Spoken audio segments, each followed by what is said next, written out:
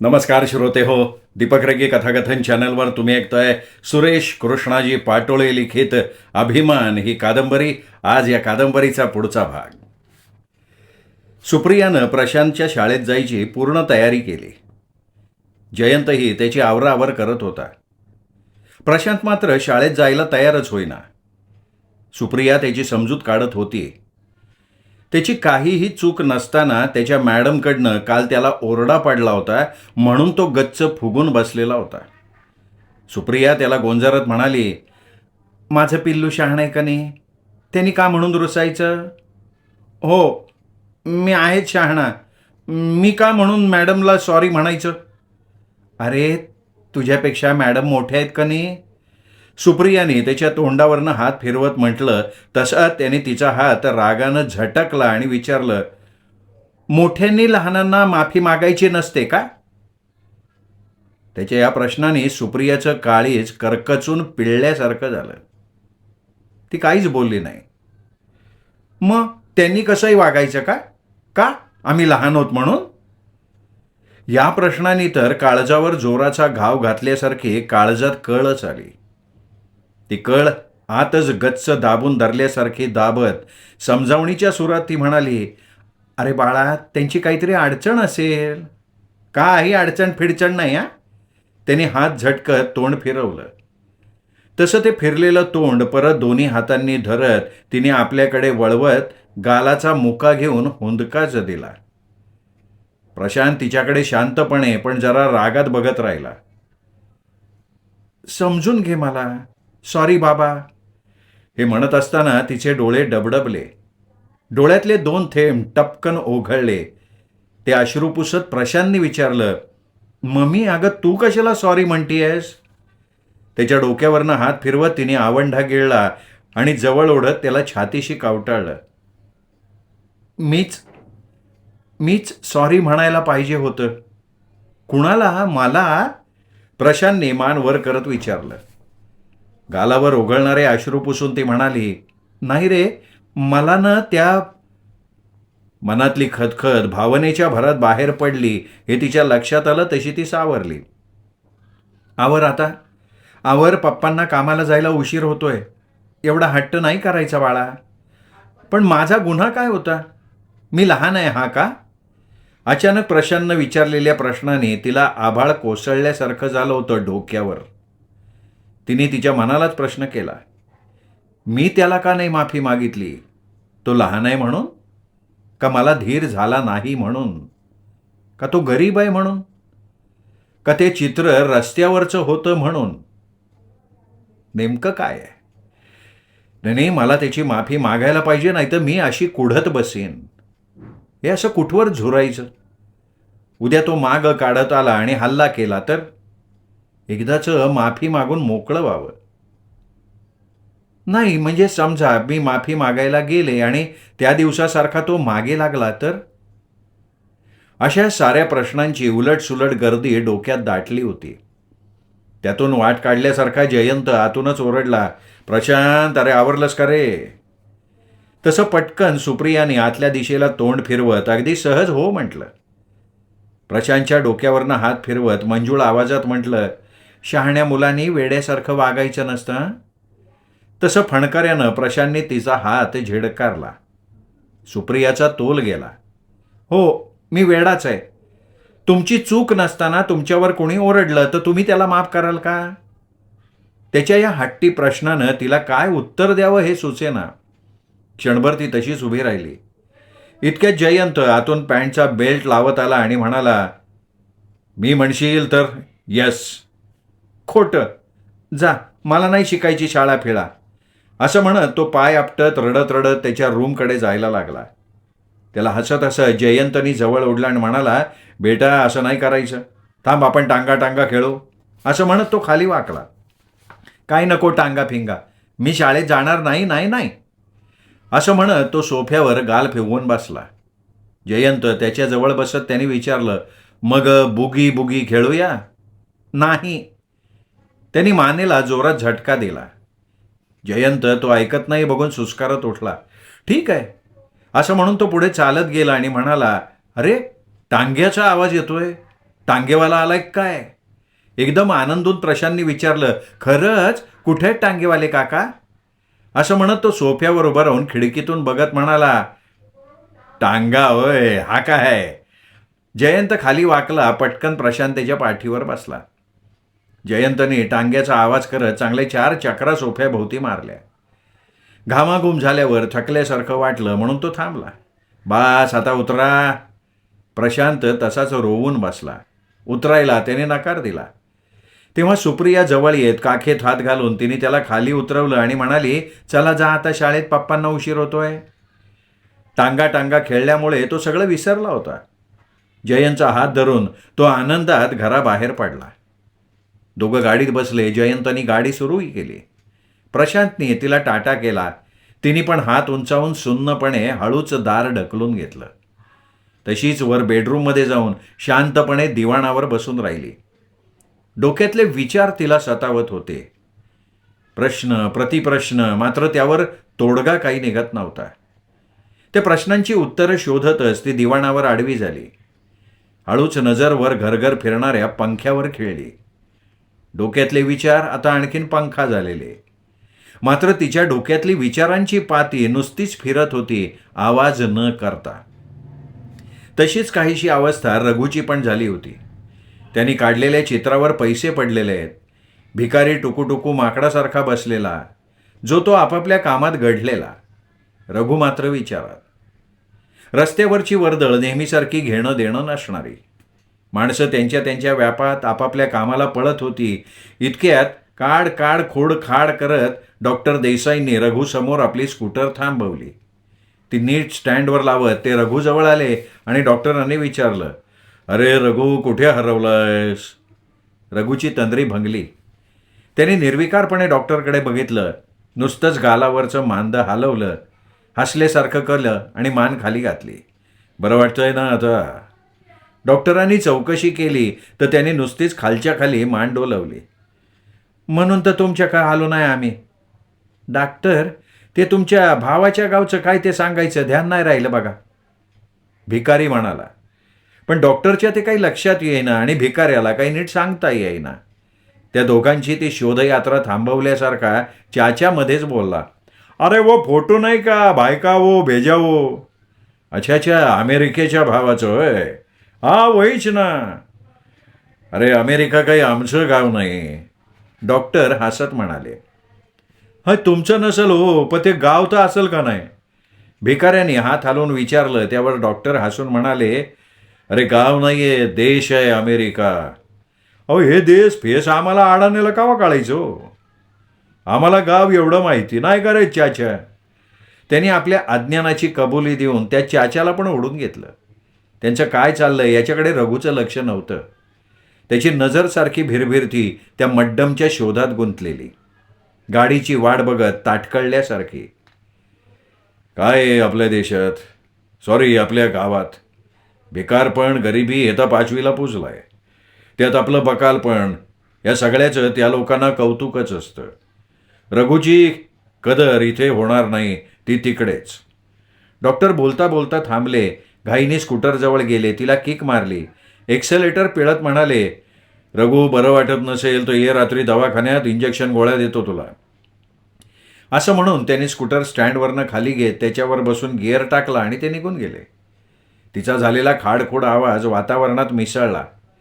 जाणाऱ्या डॉक्टरकडे बघून चाचा म्हणाला, मारते भाव, ये डॉक्टर कौन सी किस्म का आदमी है? हाँ, बहुत दर्दी लगता ये. अरे इसके सब कलाकार भी पहचान वाले. मराठी फिल्म की हीरोइना, वो लिखने वाले, फोटो निकालने वाले, सबके साथ पहचान है इसकी.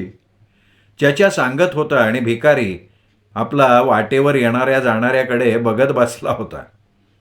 ज्याच्याकडे बघून त्याचं भागणार नव्हतं, कारण तिकडे लक्ष दिलं तर धंदा होणार नाही हे त्याला इतक्या वर्षांच्या अनुभवावरनं माहिती होतं. त्याच्या ते शोधक नजरेत गळ्यात कॅमेरा अडकवलेला, गोरा गोमटा, लाल बुंद, तोकडे कपडे घातलेला एक माणूस दिसला. त्यांनी चाच्याला विचारलं, ह्यो बी ओळखतो का? तेवढ्यात तोच इसम मान खालीवर करत म्हणाला, हॅलो. ए बाबा, काय हलवा आता? भिकाऱ्याने त्याला रागात विचारलं. याला कळलेलं नाहीये हे ध्यानात आल्यासारखं त्या इसमानं हाताचं पातं हलवत हॅलो असं म्हटलं. त्यावर लक्षात येऊन मारुती चाच्याला म्हणाला, अरे ह्यो हात हलव म्हणतोय. म्हणून त्यांनी हात हलवत त्याच्याकडे बघितलं आणि म्हणाला, घे हलवला हात, आता टाक पैसं. सरकन त्यांनी ताट त्या इसमासमोर धरलं तसा तो फक्त हसला. हलव. आता काय ताट हलवू का बाबा? असं म्हणत मारुतीने हातातलं ताट एक दोनदा हलवून चल टाक पैसे असं म्हटलं. हलव हलव असं म्हणत त्या इसमानं दोनदा मान मागे पुढे केली. त्यावर मारुती चाच्याकडे बघून म्हणाला, अरे हे तर पोपटागत चोच हलवते, बरं बाबा मारतोय चोच. म्हणून मारुतीनं त्या तालात चांगली तीनदा मान मागे पुढे केली. तो इसम पण चाळवल्यासारखा करत परत त्यांनी मान इकडून तिकडे हलवत म्हणलं, हलव. हे बघून मारुती भडकला आणि म्हणाला, आता काय मला काय नंदी बैल करतो का? तुला पैसे टाकायचे तर टाक, नाही तर चल वय मोर. त्यांनी मानेला झटका दिला. रघु मात्र शांत बसून बघत होता. त्यावर चाचा भरत हसले. मारुतीला त्यांच्या हसण्याचा राग आला, पण तो त्यांनी तसाच गिळला. भरत तंबाखू मळत मळत म्हणला, अरे ते बोलते कोंगाड्यागत, तुला त्याचं कळना तुझं त्याला कळना. हा काय पण ही पितार दिसते. ते इसमाने भरतकडे बघितलं. नजर वळवून एकदम डोळे मोठे केले. Oh lovely wonderful. तो चित्राकडे बघून आनंदला. त्याच आनंदात त्यांनी चित्राचे फोटो काढायला कॅमेरा डोळ्याला लावला आणि सपा चित्राचे फोटो काढले. त्याच्या पडलेल्या फ्लॅशच्या उजेडानं रघुचे डोळे चमकले. त्यामुळे तो भानावर आला, सावरून बसला. परदेशी इसम माकडासारखा उड्या मारत आठही कोपऱ्यातनं चित्राचे बसून उभं राहून फोटो काढण्यात दंग झाला. त्यामुळे भिकाऱ्याचं त्याच्यासमोर धरलेलं ताट नाराजीनं कधीच खाली आलं होतं. ते ताट आता खाली ठेवलं होतं कारण त्या माणसाच्या फोटो काढण्याकडे मारुती कुतूहलानं बघायला लागला होता. त्या इसमाने रघुकडे बघितलं. त्याच्याजवळ बाजूला पडलेला खडूचा तुकडा होता. तो घेतला आणि म्हणाला, oh take this chalk and keep your hand here, okay. त्यांनी चित्राजवळ जात रघुला सांगितलं. त्याचा खूप आनंद झाला भिकाऱ्याला. तो ताट उचलून तटकन त्याच्याजवळ आला. तो इसम समोर जाऊन उभा राहून सावरत कॅमेरा तोंडाजवळ नेत म्हणाला, I want photograph with this photo. असं म्हणत त्याने कॅमेऱ्याकडे हात दाखवला. भिकाऱ्याला खूपच आनंद झाला. त्याने रघुला सांगितलं, अरे रघु, त्याला फोटो काढायचा आहे तुझा. रघुनं मारुतीकडं नुसतंच पापण्या खालवर हलवत बघितलं. अरे त्यो तुला म्हणतोय चितार काढ, धर खडू धर हातात. असं म्हणत मारुतीनं खडू हातात घेतला, चित्रावर ठेवला आणि दाखवत म्हटला, निखा ह्यो असा हात दाव, हा धर इथं म्हणजे तो फोटो काढतोय. असं म्हणून त्यांनी खडू आपल्या हातात धरत रघुचा हात हातात घेतला आणि रघुला खेटून कॅमेराकडे हसत बघितलं. तसं त्या इसमाने पट्टदिशी फोटो काढला. त्याच्या पडलेल्या लाईटच्या उजेडानं रघुच्या पापण्या झपकन झाकल्या, फडफडल्या गेल्या. भिकारी तसाच त्याच्या बाजूला बसलेला. तो माणूस जिथून फोटो काढेल तिकडे थोबाड करून हात उंचावून दात इचकून तो बघत होता. रघुनी मात्र मान खाली घातली होती. त्याचे फोटो काढताना लोकांनी चित्राभोवती गर्दी केली होती. रघुची मान खाली बघून तो इसम जवळ आला आणि विचारलं, व्हॉट्स युअर नेम. रघु कावरा बावरा झाला. त्यांनी इकडे तिकडे बघितलं. Your good name please. गोडदानी देऊ का विचारतोय त्यो तुला. Name your name. तो परदेशी इसम परत म्हणाला. नेम कशाला धरायचा, काही शेकार करायची का? भिकाऱ्याने विचारलं आणि चाचा भरत बसल्या जागेवर घोड्यासारखे खेदळले. भिकाऱ्याने मान फिरवत त्यांच्याकडे बघितलं. ते हसता हसता एकदम थांबले. What is your name. परदेशी इसमानं हातानं खूण करत म्हटलं. तेव्हा भिकाऱ्याच्या ध्यानात आलं, यो रघु आहे रघु यो, आणि मी मारती. भिकाऱ्याने नावं सांगितली. मारुती, राघू, नाईस. अरे नाहीच कसं म्हणतोय तू? हे आमची नावं आहेत बाबा, आमच्यात नावं अशीच असतात. मारुतीने स्पष्टीकरण दिलं. Raghu, are you coming with me. परदेशी माणसानं विचारलं तेव्हा रघु हडबडल्यासारखा झाला. त्यांनी हे ध्यान काय विचारतंय आपल्याला. असा अर्थाने त्याच्याकडे बघितलं. वर बघितलं तर समोर बाप उभा राहिलेला दिसला. त्याचं तोंड सारा उतरलं. रघूकडे बघून संभाजीने जमलेल्या गर्दीकडे बघत विचारलं, काय गर्दी केली रे इथं? इथं काय तमाशा आहे काय हा? समोर उभ्या असलेल्या गोऱ्या माणसाकडे संभाजीचं एकदम लक्ष गेलं. त्याला बघून डोळे लख्ख झाले. मनातच त्याच्या कॅमेराकडे बघत हसला, हात वर केला आणि म्हणला, राम राम. तशी मान झुकवत त्यांनी राम राम असं म्हटलं. हळूच त्याच्याजवळ गेला. संभाजी तिथे उभा राहिला. हे माझं पोरग आहे, मी शिकवलंय त्याला चित्तार काढायला. हात दाखवत संभाजी म्हणाला. त्या गोंधळात मारुती कधी उठून बाजूला बसला हे मात्र कोणाला कळलं नाही. चांगलं आहे का नाही चित्तार? संभाजीने हात मागे बांधत मान हलवत विचारलं आणि रघूजवळ जात तिथे बसत म्हणाला, अय भाऊ, आमचा फोटो काढ की एक बाप लेकाचा. असं म्हणून त्याने रघूच्या खांद्यावर हात ठेवला. रघुनी मान वळवून त्या हाताकडे बघितलं. तसं संभाजीने त्याला जवळ ओढलं. तोल गेल्यासारखा तो जागेवर सावरला. त्या परदेशी इसमानी 2 फोटो काढले. आता मात्र त्याच्या पडलेल्या उजेडामुळे रघूच्या डोळ्यासमोर अंधारल्यासारखं झालं होतं. बाप बसल्यामुळे त्याला काही दिसेना असं झालं. परदेशी इसम फोटो काढल्यानंतर म्हणाला, I really impress. Is he your son? तसं संभाजीने तोंड फिरवत म्हटलं, आता याने मध्ये कुठनं आणला कुठला सण आ? त्यांनी परत मान फिरवली. त्याच्याकडे बघत म्हणाला, सण? सण ना?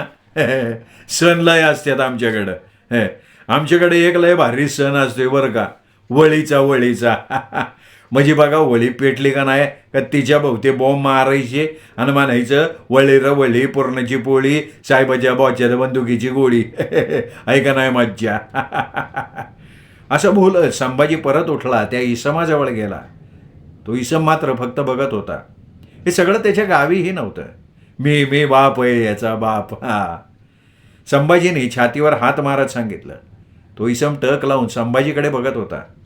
त्याचं तोंड बघून संभाजी म्हणाला, आता याला बाप कुठनं काढायचा? वडील वडील वडील, मी याचा वडील आणि ह्यो माझा पोरगा. संभाजी रघूकडे आणि स्वतःकडे हात करून सारखा त्याला दाखवत होता, सांगत होता. तो इसम कावरा बावरा झालेला बघून संभाजीने उजवा हात त्याच्या डोक्याला जोरानं लावला आणि म्हणाला, काय कळतंय का नाही या याडमाटाला? याचं काय ज्ञान गेलं काय? डोक्याला लावलेल्या हाताने तो इसम बिथरला. What's going on here? Who is he? असं म्हणत त्यांनी जमलेल्या लोकांकडे विचारलं. तेव्हा गर्दीत उभ्या राहिलेल्या एका तरुण पोरीने त्याला सांगितलं, look, he is his father. Oh, his father. त्याने आश्चर्याने तोंडाचा चंबू केला. ए भाऊ, अरे मी ख्रिश्चन नाही, मी हिंदू आहे, हिंदू. फादर म्हणतोय मला. संभाजीने हात हलवून परत छातीवर आपटला. फादर म्हणते मला गायबानं. त्यावर परदेशी इसम आनंदून त्याला म्हणाला, you are so lucky. Good. He is a born artist. काय गुडगुड लावले याने? संभाजीने मान वर उचलत विचारलं आणि गर्दीकडे बघून म्हणाला, अरे तुम्ही का भाऊ हाकानाक गर्दी केली? बरं नेगा बरं तुम्ही, चला नेगा. त्यांनी गर्दी बाजूला केली पण लोक काही हालेनात. त्यांनी त्या परदेशी माणसाला ढकलला शेवटी आणि विचारलं, आणि काय रे, माझ्या पोराचं फोटो कशाला घेतलं तू? तिकडं तुझ्या गावाला जाऊन एकूण धंदा करणार असेल ना तर आधी फोटोचा पैसा टाक. संभाजी त्याला झोंबायला लागला. तसा रघु ताडकन उठून आला. त्या माणसापासनं संभाजीला बाजूला केलं आणि म्हणाला, बापा आरतीयो काय म्हणतोय ते ऐकतोय आधी. त्याचं त्याला कळना आणि काय म्हणायचे मला काय कळना. आता याला काय कळणार? अरे मला बी कळना काय बोलतोय तो माणूस ते. मारुती मध्ये म्हणाला. तसा संभाजी त्याच्यावर खवळला. तू कशाला चोंबडे डोकरागत थोबाड घालतो रे मध्ये तुझं? आणि तुला लय कळतंय का त्याचं कुडमुड बोलणं? त्याला तापलेला बघून बेकारीत तोंड शिवून बसल्यासारखा गप उभा राहिला आणि उंदरानं बीळ शोधावं तसा त्या गर्दीत उभा राहिला, जागा शोधायला लागला. या बामट्याचं काय ऐकायचे? इथं असं फोटो काढतेत आणि तिकडं त्यांच्या मुलकात नेऊन एकते टाव आहे की मला. तो हात हलवत तावानं बोलत होता. बाबा, अहो तुम्हाला कौतुक वाटलं पाहिजे तुमच्या मुलाचं. ती मुलगी उंच आवाजात संभाजीला म्हणाली. फुकटाचं कौतिक काय पेटवायचंय का ग बाय? त्यांनी तिच्याकडे बघत हाताला हात घासत विचारलं तेव्हा ती एकदम गप्प झाली. भिकारी मध्ये जाळ फुकल्यासारखा म्हणाला, याचं पोट पेटलं असं ना. तसा काळजाचा भडका झालेला संभाजी तोंडातून आग ओकल्यागत ओरडून बोलला, बेकार रे तू गप पडा, तुझा कावा काढलाय का कोणी फोटो? असं म्हणत त्याने डावा हात रघुच्या डोक्यावर ठेवला, फिरवला, ओठाचा चंबू करत म्हणाला, अरे माझं पोरच कोणाचं आहे? त्यावर हळू आवाजात ती मुलगी म्हणाली, अहो काका, त्याच्याच गुणांचं कौतुक करतोय तो माणूस. त्याने मिळन का? उजवा हात तोंडाजवळ नेत संभाजीनं सांकेतिक भाषेत विचारलं. अहो त्याला त्यासाठीच तर त्यांच्या देशात घेऊन जातात ते. तिने हात मिरवत सांगितलं. तसा संभाजी नरमला, म्हणाला, बाई अगदी अगोदर नाही वय सांगायचं तू. तिच्याकडे बघून संभाजी आनंदानं हसला आणि परदेशी इस्माकडे बघून म्हणाला, ए गोरे, हे गोरे नाही कळायचं याला, आता लाले, मी बी येतो की याच्या संग. संभाजीने आनंदून मान डोलवत त्याला सांगितलं. तसं त्यांनी त्या तरुण मुलीकडे बघत विचारलं, he wants me to go? त्यावरती मान हलवत नाकारून हात दाखवत म्हणाली, no no, he is angry. Oh, he is angry bye.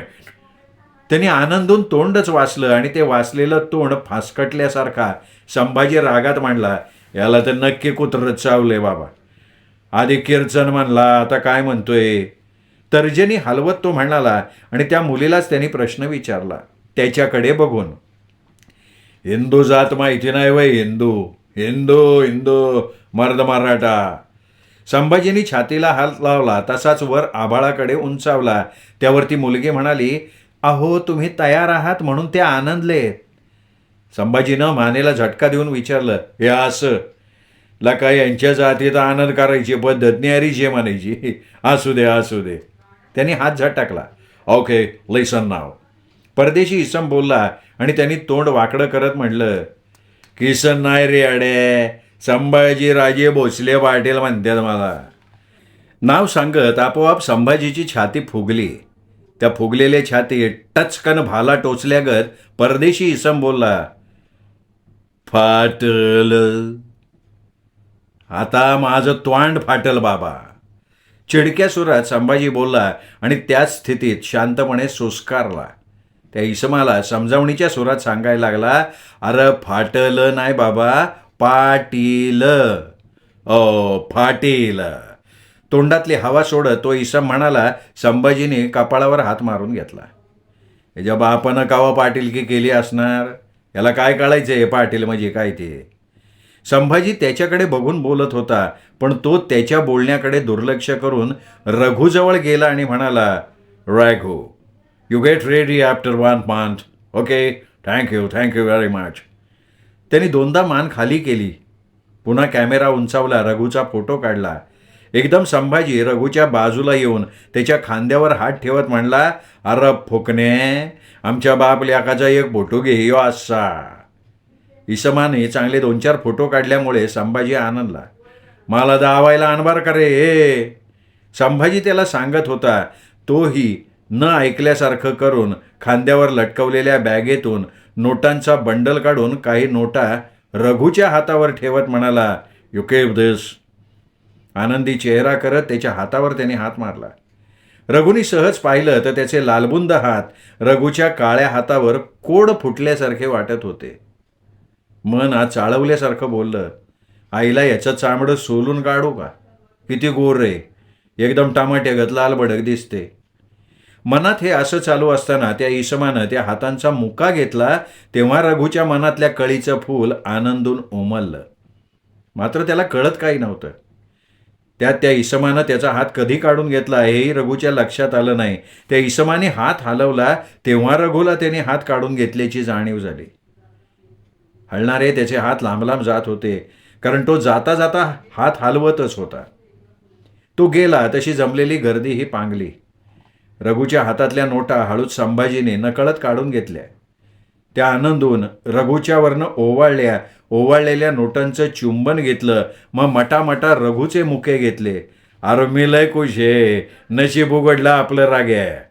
असं म्हणून त्या नोटा हलवत संभाजी निघून गेला. रघु मात्र तसाच गच्च जमिनीत रुतून बसल्यागत तिथेच उभा होता. आभाळातला सूर्य मनातली आग भडकावल्यासारखा त्याचा देह आतून बाहेरून जळत होता आणि त्यावर रघुचा इलाज नव्हता. श्रोते हो, हा होता आजचा भाग सुरेश कृष्णाजी पाटोळे लिखित अभिमान या कादंबरीचा. बघूयात आता रघुचं नशीब उजाडलेलं आहे असं आपल्याला वाटतंय. कोणीतरी परदेशी माणूस आला, त्यांनी 1 महिन्यानी रघुला तयार राहायला सांगितलंय त्याच्याबरोबर परदेशी जाण्यासाठी. बघूयात काय घडतंय आणि सुप्रियाचं काय होणार आहे हेही ऐकूयात पुढच्या भागात. तोपर्यंत नमस्कार.